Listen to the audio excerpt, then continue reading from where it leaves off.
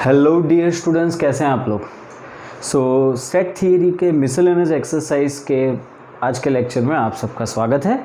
Start करते हैं, चलिए ठीक है। लास्ट हमने लेक्चर में डिस्कस किया था कि अब ये चैप्टर अपने कंप्लीशन की ओर है। Yes, we are just going to complete this chapter. I hope कि आज के दिन में ये चैप्टर, आज के लेक्चर में ये चैप्टर ख़त्म हो जाए।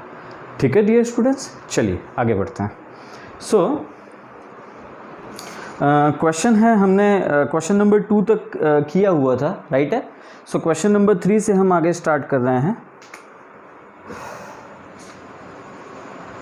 क्वेश्चन नंबर 3 है, let A B and C are 3 sets such that A union B equals A union C, है ना, and A intersection B equals A intersection C। तो हमें यहाँ पे प्रूव करना है, क्या प्रूव करना है डियर स्टूडेंट्स, हमें यहाँ पे प्रूव करना है कि B की value set B equals to set C होगा, B इक्वल्स टू C। ठीक है, कहाँ से शुरुआत करेंगे इस क्वेश्चन में हम। देखो, इसकी मेथड जो है ना वो बहुत ही ट्रिकी है, यू नो। तो वो जो ट्रिक है, ये ट्रिक एक स्टैंडर्ड स्टेप, सॉरी, ये ट्रिक एक सरप्राइजिंग स्टेप से स्टार्ट होता है। तो वो सरप्राइजिंग स्टेप क्या है देखते हैं। Here A union B equals to A union C। अच्छा, दोनों तरफ कौन सा सेट है जो कॉमन है डियर स्टूडेंट्स, है ना, दोनों तरफ कॉमन है A। तो एक ही बात हम नहीं करेंगे। अब क्या कहा मैंने, दोनों तरफ कॉमन है A, लेकिन हम बात एक ही नहीं करेंगे। तो बाकी के जो दोनों सेट है B और C, क्या करना है आपको ये लेना है intersection, taking intersection with B, both the side. So A union B intersection B equals to A union C intersection B, है ना, ठीक है। अच्छा, इस तरफ हम यहाँ पे करेंगे डिस्ट्रीब्यूटिव रूल। लेफ्ट साइड हम डिस्ट्रीब्यूटिव रूल अप्लाई करने जा रहे हैं। So A intersection B union B intersection B, ठीक है। और इस तरफ हमारा डिस्ट्रीब्यूटिव रूल होगा A intersection B union C intersection B। ध्यान से समझिएगा डियर स्टूडेंट्स, ठीक है। ओके, चलिए आगे बढ़ते हैं। यार, ये जो मैंने लेफ्ट साइड लिखा ना, डिस्ट्रीब्यूटिव रूल मैंने अप्लाई किया, लेकिन यार आप तो जानते ही हो कि B इंटरसेक्शन B करोगे तो B मिलेगा। So A intersection B union, यहाँ तो B दिख रहा है मुझे, और इस तरफ A इंटरसेक्शन B यूनियन जो C इंटरसेक्शन B है, इसके बदले हम लिखेंगे B इंटरसेक्शन C, ठीक है। I mean just combinative. Okay, अब क्या करूं मैं, तो अब जो मैं आपको कुछ एक्सप्लेन करने जा रहा हूं वो अलग से मैं एक्सप्लेन कर रहा हूं। So it is part of question but still it is not included in question. See, there are two laws of absorption, जिसे हम कहते हैं लॉज ऑफ एब्जॉर्प्शन। यार, ये लॉज ऑफ एब्जॉर्प्शन क्या है, ध्यान से समझो। सी, A यूनियन B, और उसका मुझे इंटरसेक्शन करना है B के साथ। तो दोनों में, सी, मैं जो कह रहा हूँ ध्यान से समझना, इस तरफ ब्रैकेट में सेट B है, बाहर भी B है। तो जब आप B सेट B दोनों में है तो इसकी जो इंटरसेक्शन B करोगे तो आपको रिजल्ट में भी सेट B मिलेगा, राइट साइड भी सेट B मिलेगा। सो ये हो गया अपना फर्स्ट लॉ। सेकंड लॉ है A इंटरसेक्शन B ले लो और उसको हम B के साथ यूनियन करें तो भी B मिलेगा। So what I want to convince you people के आप अगर जो ये ले रहे हो या फिर ये ले रहे हो, दोनों में आपको B मिलेगा। अब सबसे बड़ा सवाल ये है कि ऐसा क्यों, B क्यों मिलेगा? तो B हमें जो मिलेगा वो मेरे हिसाब से वेन डायग्राम से आप इसे कंफर्म कर सकते हो। चलो दो सेट हम ड्रॉ कर रहे हैं, एक A लिया, दूसरा B ले रहे हैं, सेट A सेट B, है ना। अच्छा, A यूनियन B यहाँ पे कहाँ मिलेगा? ये पूरा A यूनियन B है। अब तो आप अच्छे से जान चुके ही हो, राइट है। और सोचो कि मैं A यूनियन B को B से इंटरसेक्ट कराऊं तो क्या मिलेगा? यार मेरा सेट B ये है ना। अब मैं इसके साथ इसको इंटरसेक्ट करवा रहा हूं, तो it looks like this. Is it correct? Absolutely it is correct. तो मतलब साफ है कि मैं A यूनियन B को B से इंटरसेक्ट करवा रहा हूं, then I will get B। ठीक है, ओके। चलो नेक्स्ट, इसी में A intersection B union B, है ना। तो मैं वापस ड्रॉ कर रहा हूँ, I don't want to make any confusion, you know. तो मैं वापस ड्रॉ कर रहा हूँ, कोई दिक्कत नहीं है। सी, A intersection B union B लेना है हमें। सो A B, okay, where is A intersection B? So A intersection B is, ये इंटरसेक्शन B है डियर स्टूडेंट्स, और इसको आप B के साथ यूनियन कर रहे हो यार। B ये रहा। अब जब मैं इसके साथ यूनियन करूंगा तो इसका मतलब ये हो गया ना कि पूरे का पूरा सेट B कवर हो गया। तो इसमें भी हमें क्लियर हो गया कि A intersection B union B equals to B। ठीक है, ओके। सो ये दोनों जो लॉ हैं इनको हम कहते हैं लॉज ऑफ एब्जॉर्प्शन। अब इसका यहाँ पे क्या काम है? तो डियर स्टूडेंट, इसका यहाँ पर ये काम है कि आप A intersection B union B, इसके बदले लिखोगे आप यहाँ पर B। ठीक है, so B equals to A intersection B union B intersection C, से इट इज़ 1। चलो सेकंड रिजल्ट की ओर हम आगे बढ़ रहे, पहले इतना लिख लो।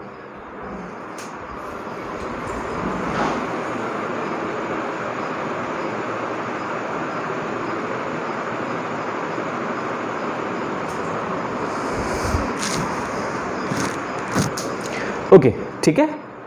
अब मैं इसी के आगे का खाली पोर्शन मिटाऊंगा। अच्छा, मैंने ये मिटा तो दिया, मुझे यहाँ पे लिख देना चाहिए जिससे मैं कंफ्यूज ना हूँ आपके साथ। एक मिनट है, यहाँ पे मेरे हिसाब से B था। ठीक है, so B equals to A intersection B union B intersection C, से इट इज़ 1। चलो आगे बढ़ते हैं।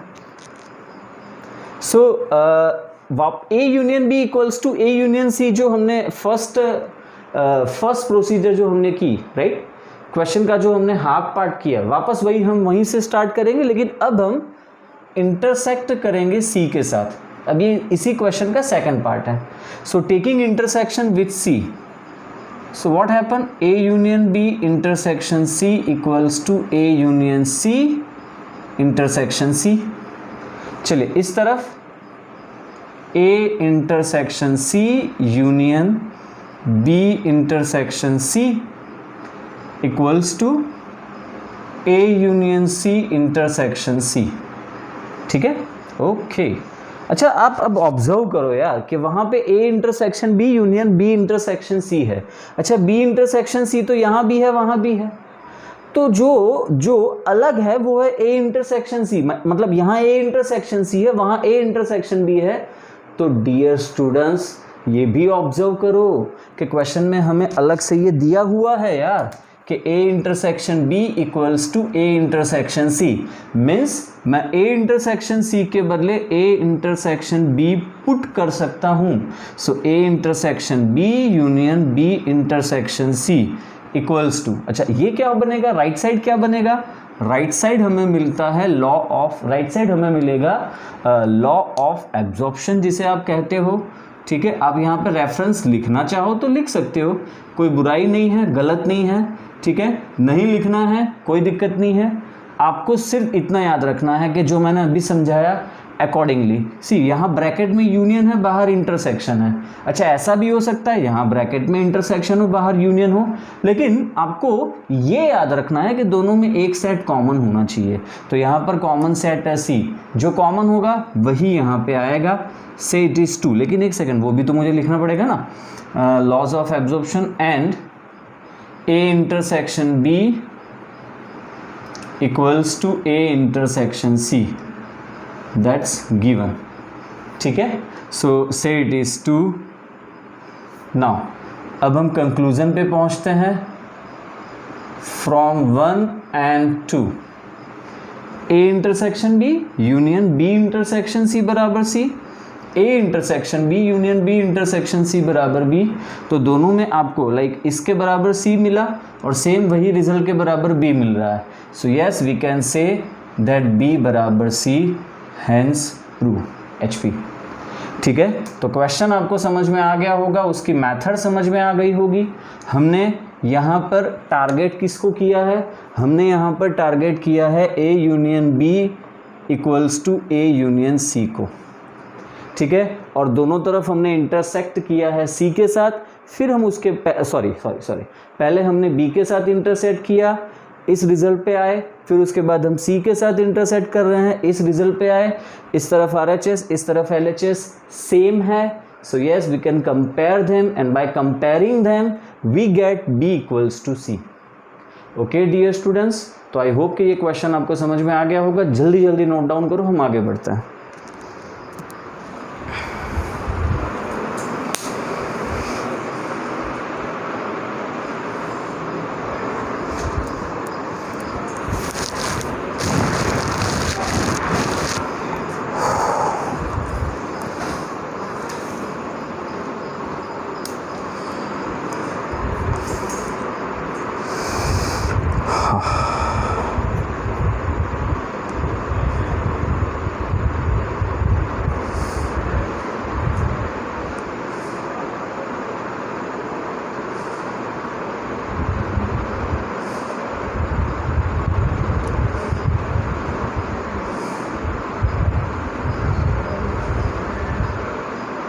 ओके चलिए नेक्स्ट।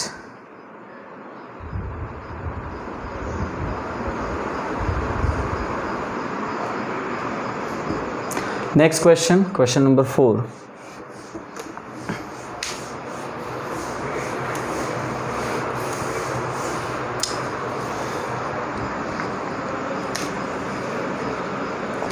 क्वेश्चन नंबर 4 है, show that the following 4 conditions are equivalent. Following 4 conditions are equivalent.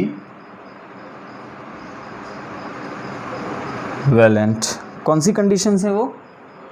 First है if A is a subset of B, second है A minus B equals to null set, third है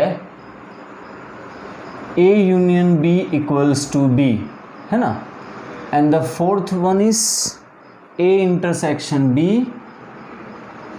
equals to A। तो ये चारों के चारों जो equivalent condition, ये चारों के चारों कंडीशंस है, आपको इसको इक्विवेलेंट है ऐसा प्रूव करना है। चलिए अब मैं इसे आपको समझाने की कोशिश करता हूँ। इक्विवेलेंट का यहाँ पे आप लिटरली क्या मतलब निकालोगे, तो देखो आपको यहाँ पर ये प्रूव करना है, फर्स्ट ट्रू है दैट इंप्लाइज सेकंड ट्रू है, ठीक है, सेकंड ट्रू है so that implies third true है, ठीक है, थर्ड ट्रू है so that implies fourth true है, एंड फोर्थ ट्रू है that implies again first true है। So in that way you can say that the 4 conditions are equivalent. मतलब first true है तो इसको आप बेस बनाओ, इसको बेस कंसीडर करो और सेकंड प्रूव करने की कोशिश करो। अच्छा सेकंड ट्रू है मतलब सेकंड जो कंडीशन है वो आपने एक्सेप्ट की हुई है, अब आप थर्ड कंडीशन की ओर आगे बढ़ो। अच्छा थर्ड कंडीशन आपने एक्सेप्ट की है तो आप फोर्थ कंडीशन की ओर आगे बढ़ो, और अगर जो आप फोर्थ कंडीशन एक्सेप्ट कर रहे हो तो अगेन फर्स्ट कंडीशन पे जाओ, ठीक है। सो हियर अब जो मैं फर्स्ट सेकंड थर्ड फोर्थ यहाँ पे इस तरीके से जा रहा हूँ, हम ले रहे हैं लेट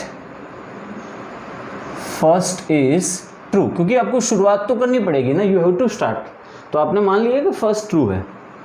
अच्छा, फर्स्ट ट्रू है मतलब A is subset of B।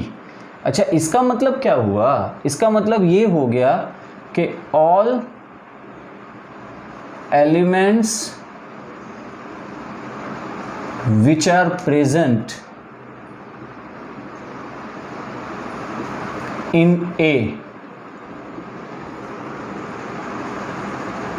also present in B। जिसका ये मतलब होता है कि यार मैं अगर जो A इंटरसेक्शन B डैश करूंगा ना, तो मुझे मिलेगा नल सेट। समझ में आया? ये नहीं आया, एक मिनट।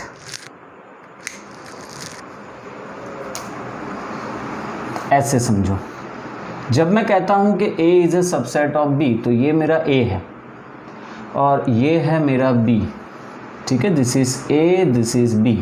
तो क्या मुझे ऐसा कोई एलिमेंट मिलेगा A में जो सिर्फ A में हो बट B में ना हो? ऐसा कोई एलिमेंट है जो सिर्फ A में हो पर B में ना हो? सोचो, पॉसिबल ही नहीं है ना। सारे एलिमेंट जो A में हैं वो B में पक्का है, मतलब A में ऐसा कोई एलिमेंट बचा ही नहीं, बचेगा ही नहीं जो सिर्फ A में हो। ठीक है, ये स्टेटमेंट आप लिखो यहाँ पे। ये रहने दो, ये बाद में हम लिखते हैं, ये स्टेटमेंट लिखो आप। ठीक है, so that implies no elements, there are no elements present in set A only, या फिर देयर इज नो एलिमेंट। अच्छा, इसकी जरूरत भी नहीं है, ये सिर्फ हमारी समझ के लिए, हमारे रेफरेंस के लिए है। So there is no element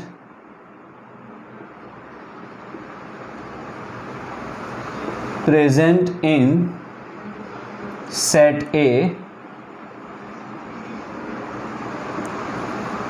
which is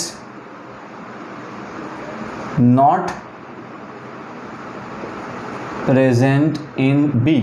तो यार ये हमें क्या कहना चाह रहे हैं? ये हमें ये कहना चाह रहे हैं कि यहाँ पे हमें difference set of A and B तो मिलेगा ही नहीं। So difference set of A and B is not possible। और अगर जो ऐसा है तो इसका मतलब ये हो गया कि A minus B equals to null set. तो देखिए, आपने फर्स्ट हमने ट्रू लिया तो हमें ये पता चला कि second is true, that implies second is true, say it is 1। ठीक है, ओके, चलो अब मैं सेकंड पे आ जाता हूँ। सेकंड ट्रू है ये कंसिडर करके फिर मैं आगे बढ़ रहा हूँ। प्लीज़ जल्दी ख़त्म करो, है ना, ये क्वेश्चन इंटरेस्टिंग होने वाला है। ओके,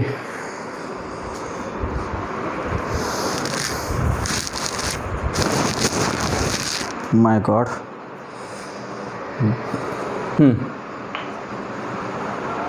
ठीक है, आगे बढ़ते हैं। Now let second is true, तो हम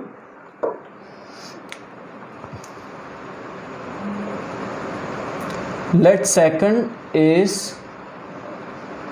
ट्रू, मतलब A minus B equals to null set, that implies C, अगर जो A minus B null set होगा so A intersection B dash null set होगा। सी, ये मैंने फॉर्मूला लिखवाया था यार, याद है ना, A minus B equals to A intersection B dash, भाई भूलना नहीं है कहीं पे भी, है ना, A minus B equals to A intersection B dash. Okay, right.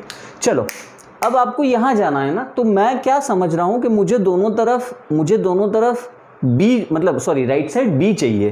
तो मैं यूँ करूँगा कि मैं B के साथ इसका यूनियन कर देता हूँ, दोनों तरफ B के साथ इसका यूनियन करता हूँ। So A intersection B dash union B equals to null set union B। चलिए देन डिस्ट्रीब्यूटिव रूल अप्लाई होगा dear students. So A union B intersection B dash union B, अच्छा null set union B is B, किसी भी set का null set के साथ union करोगे तो वो सेट इटसेल्फ मिलेगा। ओके देन यहाँ हमारे पास ए यूनियन बी है, हम उसको इंटरसेक्ट कर रहे हैं। अच्छा बी डैश यूनियन बी क्या मिलेगा, तो भाई ये भी आपको पता है ना कि कोई भी सेट और उसका कॉम्प्लीमेंट दोनों में कभी कॉमन कुछ होगा ही नहीं।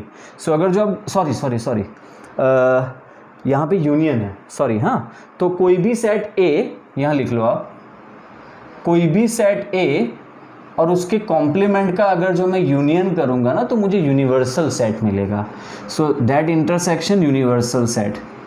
ओके फिर अब इसके बाद आपको ये यहाँ पे याद रखना है कि यार कोई भी सेट होगा, कोई भी सेट ए मान लीजिए, या एक्स ले लो, यहाँ पे एक्स ले लो, ठीक है। सो कोई सेट एक्स और उसको मैं इंटरसेक्ट कर रहा हूँ यूनिवर्सल के साथ, तो मुझे सेट एक्स ही मिलेगा, है ना।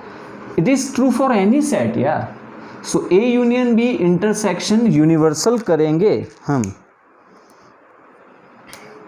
ए यूनियन बी को हम यूनिवर्सल के साथ इंटरसेक्ट करते हैं तो हमें यहाँ पर ए यूनियन बी ही मिलेगा dear students. So A union B equals to B, मिल गया हमारा थर्ड, राइट है। Okay that implies third is true, say it is true. अब मैं ये ट्रू है, ठीक है, तो वो कंसीडर करके फोर्थ की ओर आगे बढ़ रहा हूँ, जल्दी खत्म करो। ओके चलिए अब हम यहां पे आगे बढ़ते हैं। लेट थर्ड इज ट्रू, ठीक है। So A union B equals to B, ठीक है। तो इसका ये मतलब होगा कि all elements of A are in common of B, मतलब A के सारे एलिमेंट B में है, राइट है। एंड इसका सीधे सीधा मतलब ये हो गया कि मैं अगर जो A और B को इंटरसेक्ट करूंगा तो A मिलेगा, और इसका मतलब ये हो गया कि fourth and first is true, ठीक है। Fourth and first are true. So ये जब मैंने एक्सेप्ट किया तो इसको मैंने ट्रू माना, ठीक है। इसको मैंने फर्स्ट दिया, देन सेकंड, देन अब इसे मैं थर्ड दे रहा हूँ। चलो नंबरिंग आप देख लेना, हाँ, इसके पहले वाला होगा वो टू होगा, देन उसके पहले वाला होगा वो फर्स्ट होगा। So from 1 2 3 we can say that ये जो हमें प्रूव करना है वो first is true, that implies second is true, second is true, that implies third is true, third is true, that implies fourth is true, fourth is true, that implies first is true. So therefore all four conditions are equivalent, ठीक है। तो ये अच्छा सम है, theoretical है but easy है, ठीक है। थोड़ा सा खाली आपको स्टेप्स दिमाग में रखने हैं, है ना। जल्दी खत्म करो।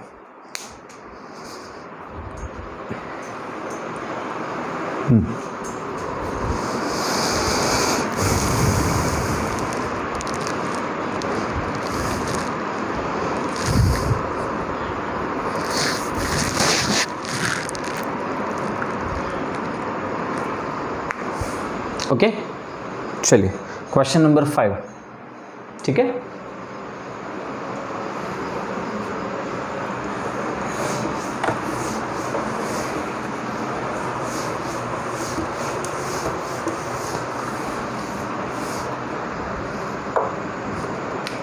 क्वेश्चन नंबर 5, क्वेश्चन नंबर 5 में हमें दिया हुआ है डियर स्टूडेंट्स के show that if A is a subset of B, है ना, then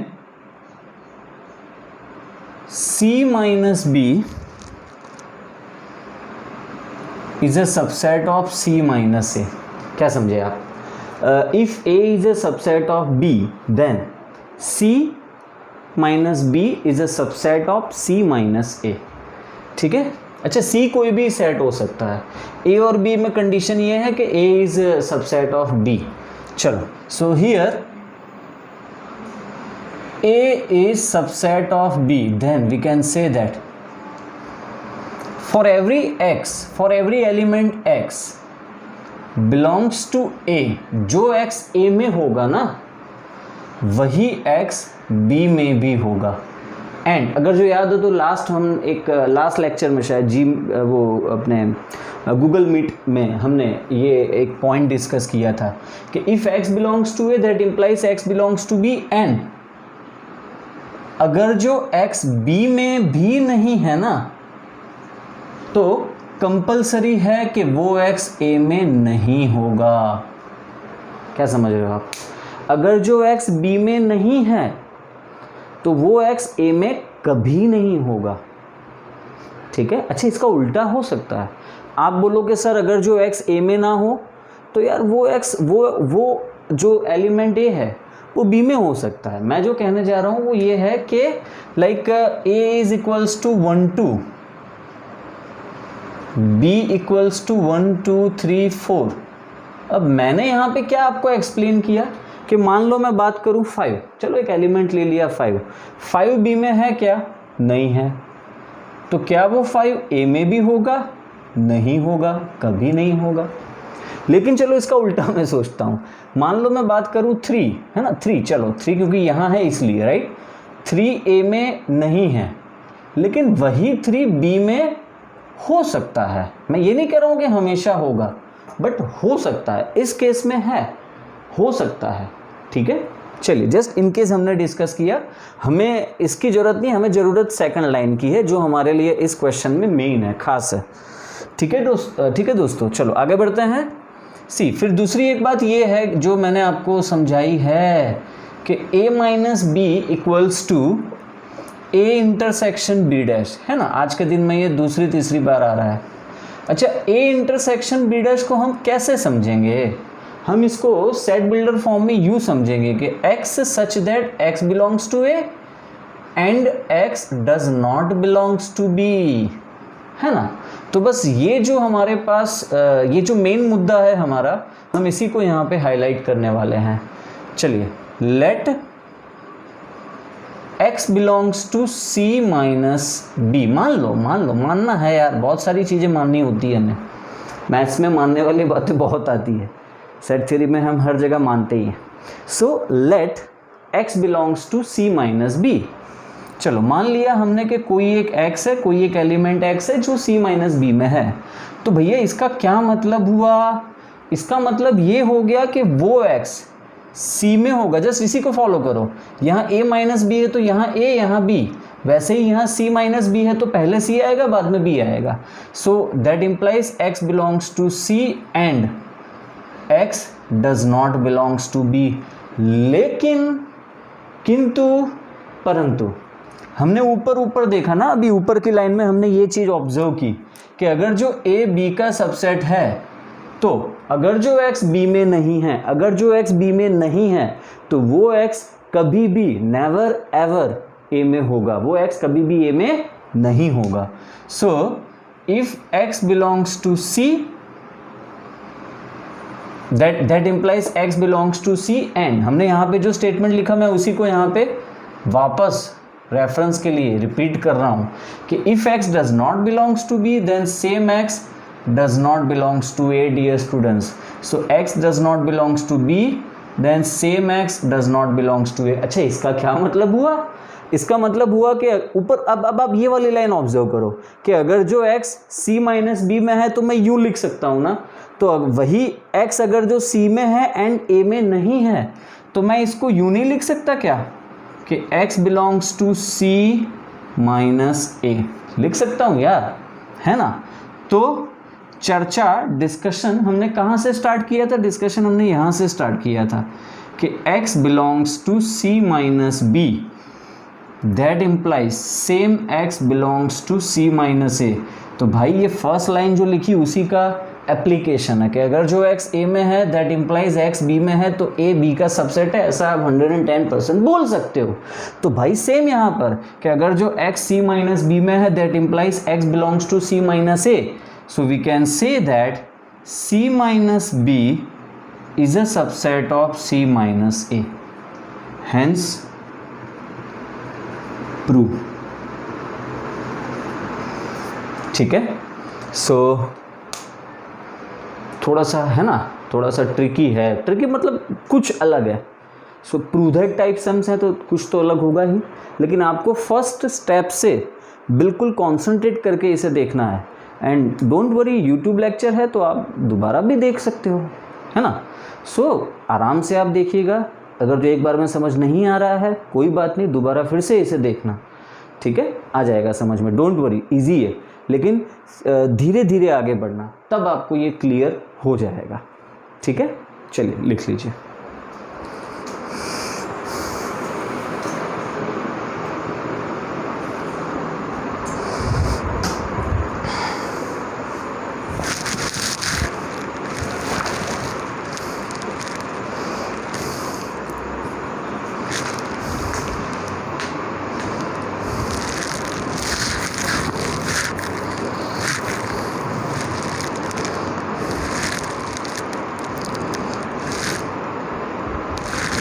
ओके चलो, सो आगे बढ़ते हैं क्वेश्चन नंबर 6 की ओर।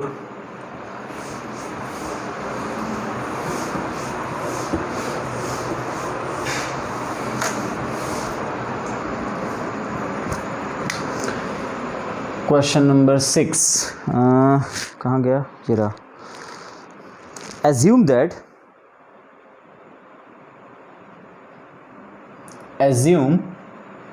that P of A equals to P of B, then show that A equals to B। ठीक है, assume that power set of A equals to power set of B, then show that A equals to B। देखिए कहाँ से आप इस question को start करोगे, ये भी बहुत डिफिकल्ट है, मतलब starting step you know. So मैं स्टार्ट करता हूं इस तरीके से, let x belongs to A where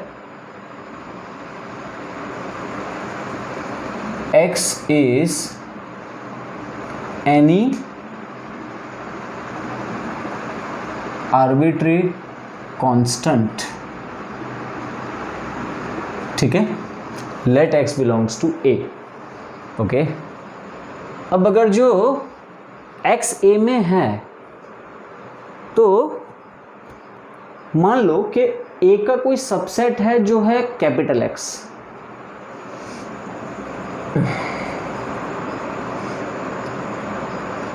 late x is any subset of A। ठीक है, मान लीजिए कैपिटल X करके कोई सबसेट है जो A का है ना, एंड ये X जो A में है वो X हम कैपिटल X में भी ले रहे हैं। ठीक है, बिकॉज X A में है और X इसका सबसेट है तो डेफिनेटली सबसेट में भी ये आएगा, है ना। मतलब मान लो कि मैंने एक सेट लिया है A। अच्छा, अब इसके सबसेट कहाँ है, इसके सबसेट कौन कौन से हैं, तो इसका सबसेट है ये curly bracket 1, curly bracket 2, curly bracket 1 2 और नल सेट। अब मैंने बात की है 1 की, तो 1 जो है वो A में है तो डेफिनेटली वो सेम 1 कर्ली ब्रैकेट 1 में भी आएगा, या फिर वो सेम 1 कर्ली ब्रैकेट 1 2 में भी आएगा जो कि इसका एक सबसेट है ना। सो x is any subset of a variable है, वेरिएबल सबसेट ले रहे हैं ना हम, तो जो स्मॉल x है वो कैपिटल X में पक्का होगा। अच्छा, अब जो मैं कह रहा हूं वो बड़े ध्यान से आप समझना। So x belongs to set x and set x belongs to power set of A। अच्छा, ये आपको समझ में आया? पावर सेट ऑफ ए मुश्किल है नहीं, कोई दिक्कत नहीं, मुश्किल नहीं है, बड़े आराम से समझ में आएगा। अभी जो मैंने एग्जाम्पल लिया वही एग्जाम्पल मैं वापस ले रहा हूँ। सेट ए कर्ली ब्रैकेट में 1 2, तो इसके सबसेट्स में मुझे मिल रहा है null set curly bracket 1 curly bracket 2 curly bracket 1 2, है ना। अब कर्ली ब्रैकेट 1 सेट ए का सबसेट है एंड एलिमेंट 1 बिलोंग्स टू ए, ठीक है, ओके। चलिए दूसरी बात कि यही सेट ए का पावर सेट क्या होगा। तो पावर सेट आप जानते हो, है ना, पावर सेट की डेफिनेशन आपको पता है कि जितने सबसेट्स मिलते हैं उन सभी सबसेट्स का एक सेट बना दो। जितने सबसेट हमें मिलते हैं उन सभी सेट का एक कलेक्शन कर दो। उस कलेक्शन को हम क्या कहते हैं dear students? Power set of A बोलते हैं। सो भैया जो कर्ली ब्रैकेट 1 है वो ए का सबसेट है, लेकिन वो पावर सेट ऑफ ए का तो एलिमेंट होगा ना, पावर सेट ऑफ 1 ए में वो है। So this is the thing which we want to explain, which we want to highlight, you know. So curly bracket 1 मतलब यहाँ पे सेट x कंसीडर करोगे तो set x belongs to power set of A. अच्छा, अब आप ये भी जानते हो क्वेश्चन में कहा है, क्या कहा है कि अगर जो power set of A and power set of B same है तो मैं यहाँ पर पावर सेट ऑफ ए के बदले पावर सेट ऑफ बी ले सकता हूँ। रेफरेंस के लिए यहाँ पे ये लिख सकता हूँ कि power set of A equals to power set of B. अब जो मैं बोल रहा हूँ यही है इस क्वेश्चन का मेन हार्ट। सुनो, अब बिल्कुल हम उल्टी चाल चलेंगे। उल्टी क्या? कि x belongs to power set of b। तो अब हम पावर सेट ऑफ ए से अचानक पावर सेट ऑफ बी पे आ गए। तो अगर जो capital X belongs to power set of B है तो इसका मतलब ये हो गया कि capital X is subset of B। अब देखो मजा, देखो अब बहुत ही इंटरेस्टिंग है। Capital X is any subset of A, ये हमने स्टार्टिंग में कंसीडर किया, लेकिन हम आ कहाँ गए कि capital X is subset of B, है ना।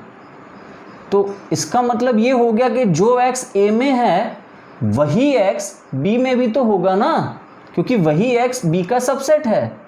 सो same X belongs to B, ठीक है। So X belongs to A, हमारा क्वेश्चन यहां से स्टार्ट हुआ। That implies X belongs to B, हम यहां पे पहुंचे हैं। इसका मतलब ये हो गया कि A is a subset of B, say it is 1। Similarly जैसा हमने यहाँ पर A के लिए पूरा एक डिस्कशन किया स्टेप बाय स्टेप, है ना, सेम वही डिस्कशन हम B सबसेट A प्रूव करने के लिए करेंगे, लेकिन अब हम B साइड से शुरू करेंगे। तो यहाँ पे X साइड से हमने स्टार्ट किया था। Similarly Y belongs to B, ठीक है, where Y is any arbitrary constant. लिखा क्या मैंने? अरे सॉरी, ये तो 12 का वर्ड आ गया। Arbitrary element. आर्बिट्री का क्या मतलब होता है पता है? आर्बिट्री का मतलब होता है वो एलिमेंट जो बदल सकती है वैल्यू।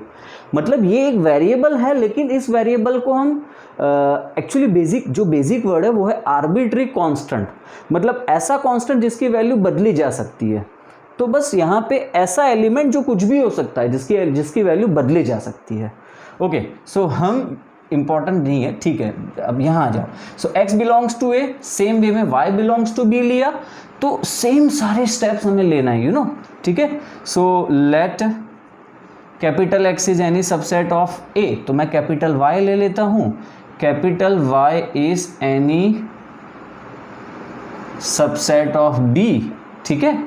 देन जो y b में है वो y यहाँ पर कैपिटल Y में भी होगा, ठीक है। So small y belongs to capital y, small y belongs to capital Y।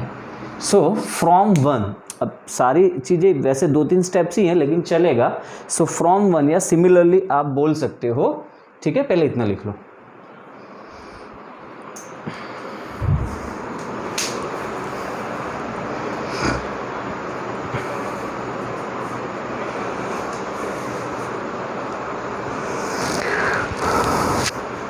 Okay चलो, सो टाइम नहीं है अभी, हम थोड़ी स्पीड ले रहे हैं। सो फ्रॉम वन सिमिलरली या फ्रॉम वन सिमिलरली हम इस स्टेटमेंट पे आ जाएंगे कि या सिमिलरली तो यहाँ लिखा ही हुआ है ना। So from one we can prove that B is a subset of A, say it is 2।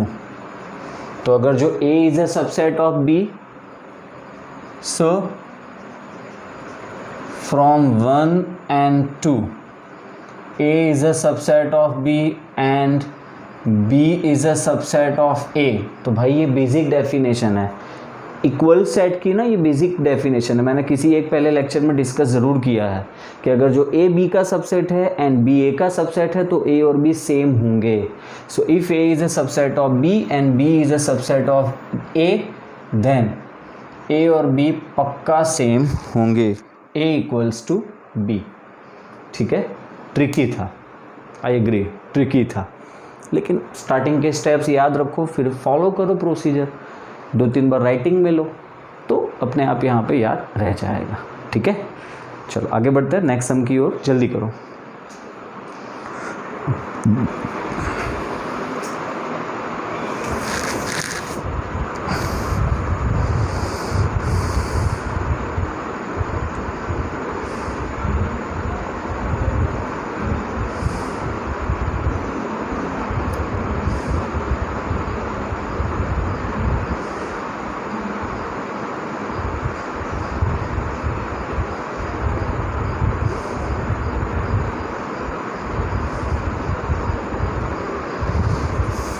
Okay चलो,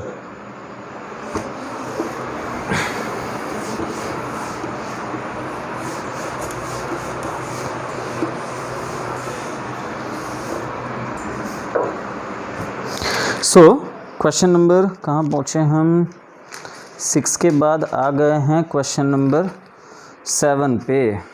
ठीक है, सो क्वेश्चन नंबर 7 में, is it true that for any set A and B, for any sets A and B, power set of A into power set of B, power set of A union power set of B equals to power set of A union B। तो क्या ये बात सही है? क्या justify करना है हमें अपने आंसर को। देखो मैं इसको ऐसे जस्टिफाई करूँगा कि आप एक यहाँ पे एक आप सपोज कर लो 2 set, let A equals to curly bracket A, B equals to curly bracket B, और ए यूनियन बी सोचो। सो ए यूनियन बी मिलेगा curly bracket of A, curly bracket में ए बी, है ना। अच्छा, पावर सेट ऑफ ए में क्या मिलेगा, तो जो ए के सबसेट है वो यहाँ पे हमें रखने हैं। ए के सबसेट, ए के 2 सबसेट होंगे, एक नल सेट और दूसरा वो itself. And power set of B जो है उसमें मिलेगा हमें नल सेट और दूसरा सेट इटसेल्फ।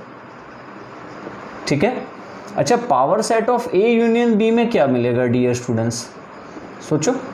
तो ए यूनियन बी में कर्ली ब्रैकेट में ए बी है, तो इसके सबसेट्स मिलेंगे, एक तो नल सेट, फिर curly bracket A, curly bracket B and then curly bracket में ए बी, है ना, द सेट इटसेल्फ। अब आप ये सोचो कि power set of A union power set of B क्या मिल रहा है यहाँ पे।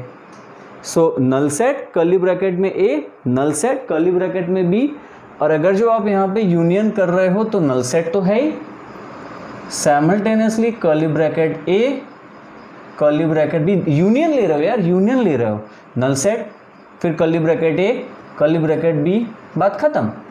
तो मैं क्या प्रूव करने की कोशिश कर रहा हूं, मैं ये प्रूव करने की कोशिश कर रहा हूं कि power set of A union power set of B हमें ये मिल रहा है, power set of A union B हमें ये मिल रहा है। क्या दोनों सिमिलर है? क्या दोनों सिमिलर है? नहीं है, है ना। So yes, we cannot say that power set of A union power set of B equals power set of A union B. ठीक है, तो जो हमने कहा यहाँ पे कि ये इक्वल है वो सही नहीं है, सो इट इज जस्टिफाइड. चलो आगे बढ़ो.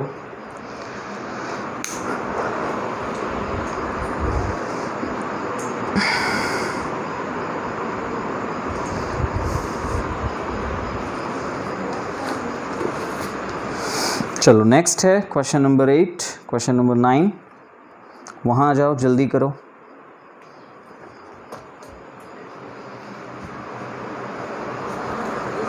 Question number 8 and question number 9.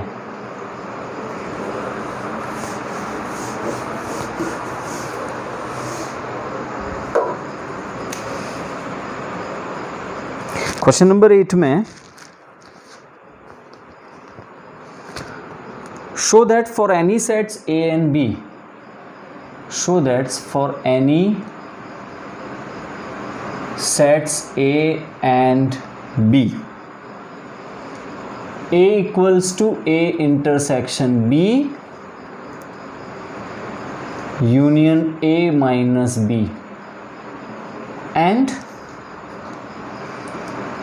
A union B minus A equals to A union B. सारे इंटरेस्टिंग है, मतलब दो ही हैं, दोनों इंटरेस्टिंग है. सी अब इधर जो फर्स्ट वाला है ना, ये क्या इसमें हम LHS से आगे बढ़ सकेंगे क्या? I don't think so, right, because LHS में खाली एक ही सेट है. So we must start with RHS. So RHS में यहाँ पर हमारे पास है A intersection B union A minus B. अच्छा, तुरंत दिमाग में घंटी बजनी चाहिए कि ये जो A माइनस B है वो है A इंटरसेक्शन B डैश. आज के दिन में तीसरी चौथी पांचवी बार डिस्कस हुआ है.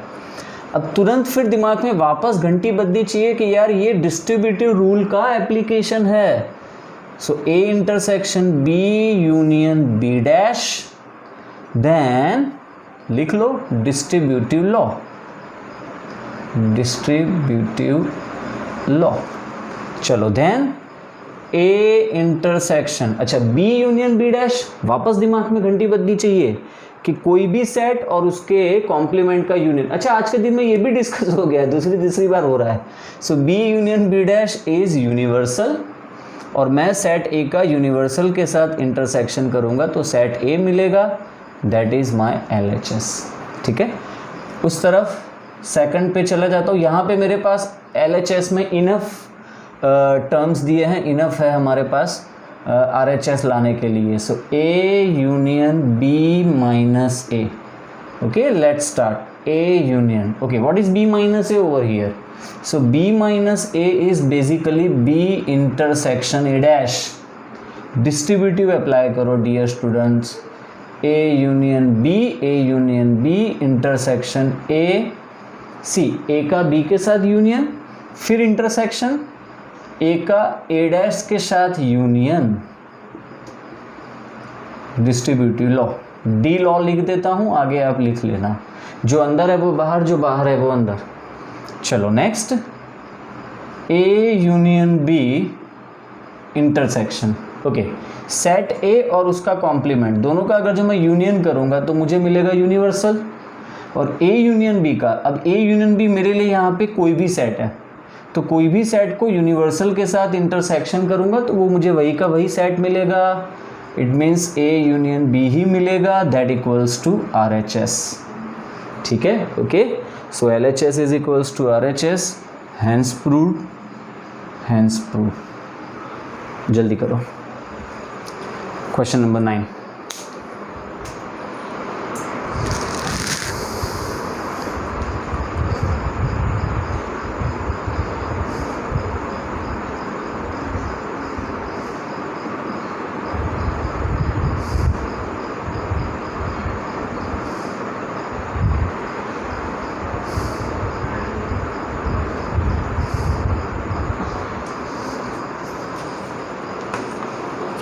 क्वेश्चन नंबर 8 के बाद अब हम क्वेश्चन नंबर 9 की ओर आगे बढ़ रहे हैं। ठीक है, ध्यान दो। क्वेश्चन नंबर 9,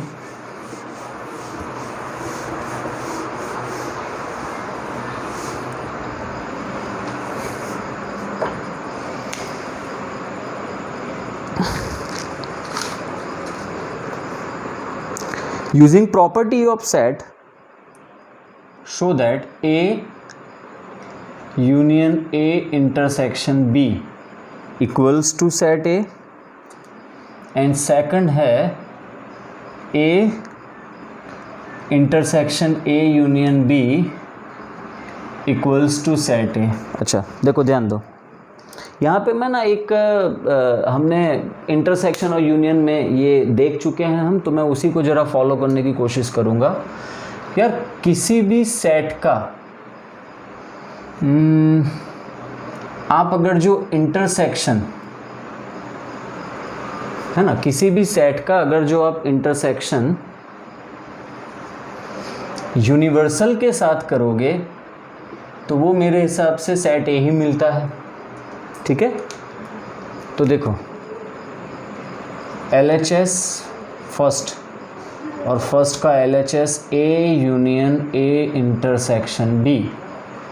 सो A के बदले हम लिखेंगे A intersection universal union A intersection B। ठीक है, A intersection universal union A intersection B and A intersection universal equals to set A। चलो अब A अब डिस्ट्रीब्यूटिव क्या हो सकता है, क्या सोचो। देखो डिस्ट्रीब्यूटिव हो सकता है, ज़रूर से हो सकता है यार। यहाँ पे इंटरसेक्शन है, यहाँ पे भी इंटरसेक्शन है, और यहाँ पर है यूनिवर्सल, है ना। तो A मैं इंटरसेक्शन रखूँगा, फिर यूनिवर्सल लूँगा और यूनिवर्सल का यूनियन करूंगा B के साथ। ठीक है, so A intersection okay universal union B। तो कोई भी सेट को यूनिवर्सल के साथ यूनियन करते हो तो वो हमें यूनिवर्सल ही मिलता है। राइट है dear students. Okay, so A union universal is universal, and again A intersection universal is set A, that equals to RHS। है ना इंटरेस्टिंग। चलो फिर सेकंड में है मेरे पास जो उसके लिए भी मैं ऐसा ही कुछ यहाँ पे तिकड़म करूँगा, A intersection A union B। सी मैं क्या करने की कोशिश कर रहा हूँ, अब देखो ध्यान से देखो, A union null set A मिलता है ना, आप जानते हो। तो मैं A जो लिखा हुआ है सिर्फ A नहीं लिखूँगा, उसके बदले मैं लिखूँगा A यूनियन नल सेट, यहाँ पे इंटरसेक्शन, यहाँ पर A यूनियन B, है ना। और रेफरेंस के लिए यहाँ पे मैं यही दोबारा लिखूँगा A union null set equals to set A। चलो स्टूडेंट्स, अब आप देखो A union null set, A union null set, intersection A union B। तो A जो है वो तो लाइक डिस्ट्रीब्यूटिव सेम, A मेरा सेम है, यूनियन यहाँ पे यूनियन आ जाएगा, फिर नल सेट के साथ इंटरसेक्शन B लेना है। भाई डिस्ट्रीब्यूटिव रूल अप्लाई करना है। देखो और कोई यहाँ पे एक्सप्लेनेशन है ही नहीं, डिस्ट्रीब्यूटिव है बस, और कुछ यहाँ पे आता ही नहीं है। ठीक है, बस A union null set intersection B करोगे आप, नल सेट को B के साथ इंटरसेक्शन करोगे तो नल सेट ही आएगा। A union null set is A, that equals to your RHS। ठीक है, ओके। सो आई होप कि आपको ये सारे सम्स में अच्छे से समझ में आ रहा है। बस खाली समझ चाहिए, बेसिक जो भी चैप्टर का बेसिक है ना वो आपके दिमाग में यहाँ होना चाहिए बस, बाकी सब तो ये सब उन सब के एप्लीकेशंस हैं। ठीक है, सो क्वेश्चन नंबर 9 हमने किया, 10 बहुत आसान है, जाने दो। 11 12 अब वैसे तो टाइम अपने पास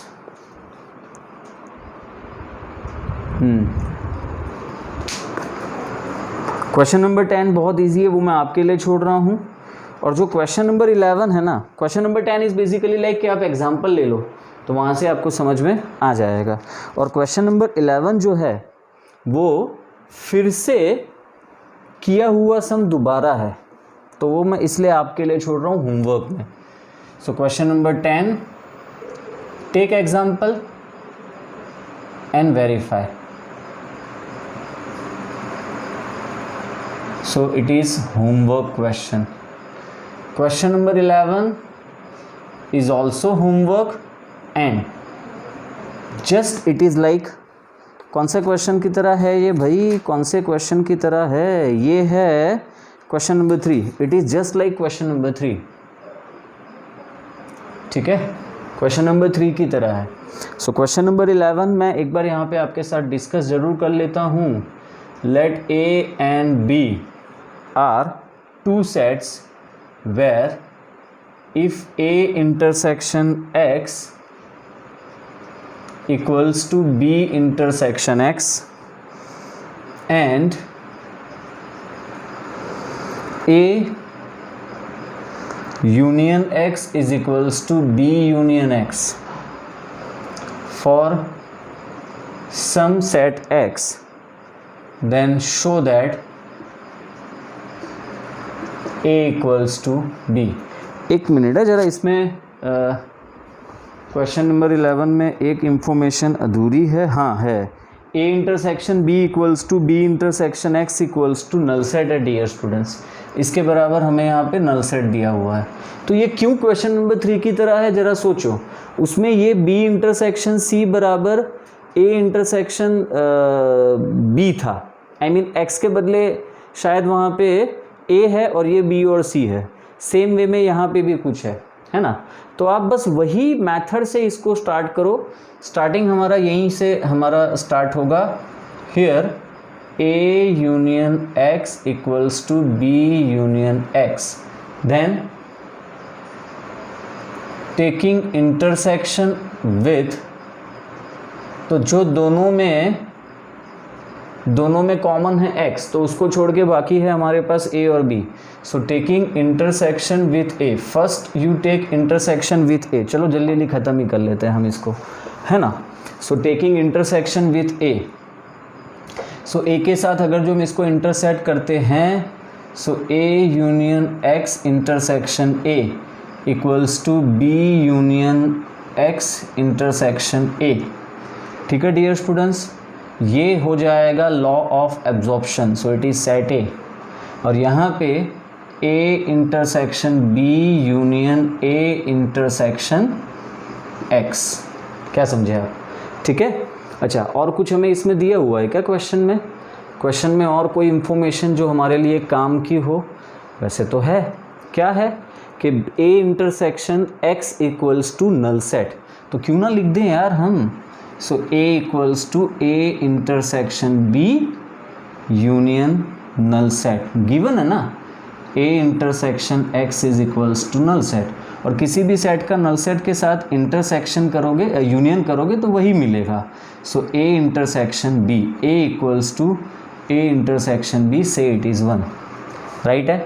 अब यहाँ इतना जो है मैं वापस again taking intersection with B and then I start again, ठीक है। So taking intersection with B लिख लो, जल्दी करो, टाइम नहीं है अब हमारे पास।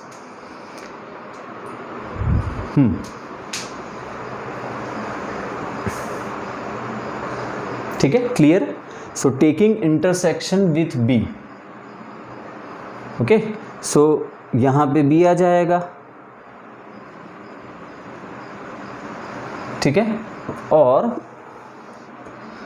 अब इस तरफ मैं अप्लाई करूँगा distributive rule. So A intersection B union X intersection B equals to, अच्छा यहाँ पे लॉ ऑफ एब्जॉर्प्शन हो जाएगा, एंड अकॉर्डिंग टू दैट यहाँ B आएगा, है ना। लिखना है, रेफरेंस देना है, लॉ ऑफ एब्जॉर्प्शन। अच्छा, और इस तरफ A इंटरसेक्शन B हमारा एज इट इज़ है, लेकिन किंतु परंतु X इंटरसेक्शन B यहाँ पर नल सेट है, तो वो नल सेट ले लो। फिर से वही स्टेप जो इसके पहले हमने लिए थे, सेम स्टेप रेफरेंस में लिखो। एनी सेट, कोई सेट X जिसका नल सेट के साथ यूनियन, तो वही सेट मिलेगा। A intersection B equals to B, say it is 2, so from 1 and 2 A intersection B equals to A intersection B दोनों में मिल रहा है, इस तरफ B था, वहाँ पे A था, so from 1 and 2 A equals to B। ठीक है डियर स्टूडेंट्स, तो ये हो गया हमारा क्वेश्चन नंबर 11। जल्दी जल्दी में ख़त्म किया है, आप थोड़ा सा वक्त देना। ठीक है, तो आज के सेशन के लिए, आज के लेक्चर के लिए इतना काफ़ी है, क्योंकि हमने ऑलरेडी आगे के जो क्वेश्चंस हैं, आगे के क्वेश्चन हमारा है यहाँ पर 12 तो इजी है, वो आपसे मैं बाद में डिस्कस कर लूँगा नेक्स्ट लेक्चर में। सो 13, 14, 15 एंड 16 हमने किया हुआ है। 13, 14, 15 मैंने आपको होमवर्क में दिया था। 15 में अगर जो डाउट है तो नेक्स्ट लेक्चर में मैं वैसे भी एक लेक्चर, सिर्फ अब एक लेक्चर मैं इसका लूँगा, ठीक है, सेट थ्योरी का, जिसमें मैं 2-3 इलस्ट्रेशंस इंपॉर्टेंट हैं जो थियोरिटिकल प्रूव दैट वाले हैं वो डिस्कस करूँगा। एंड कुछ आरडी में से हम सिलेक्टेड और जो एग्जाम्पलर हम जिसे बोलते हैं, तो एग्जाम्पलर में से हम कुछ सिलेक्टेड क्वेश्चंस लेंगे। एक लेक्चर का खाली काम हमारा यहाँ पे बाकी है। फिर उसके बाद हम स्विच ओवर कर जाएंगे, हम उसके बाद मूव करेंगे नेक्स्ट चैप्टर में, जो हमारा बहुत ही इंपॉर्टेंट चैप्टर होगा 11 का। आई मीन 11 का तो नहीं बोल सकता मैं, क्योंकि 11 के लिए तो वो कुछ भी नहीं है। वो हमारा लेक्चर होगा इंपॉर्टेंट JEE रिस्पेक्ट में, ठीक है, रिलेशन एंड फंक्शन, जिसे हम बेसिकली फंक्शन ही उसमें मेन हमारा इंपॉर्टेंट पार्ट है। ठीक है, तो तब की बात तब देखेंगे। फ़िलहाल आज का लेक्चर यहीं पे मैं वाइंड अप कर रहा हूँ। एक लेक्चर और यहाँ पे चाहिए, ठीक है, अच्छे से आज जितना भी करवाया है प्लीज़ फेयर नोटबुक में अच्छे से लिखना है, प्रैक्टिस करोगे तभी आज के सम्स आपसे बनेंगे, आएंगे मतलब। ठीक है, ओके, चलो तो बाय।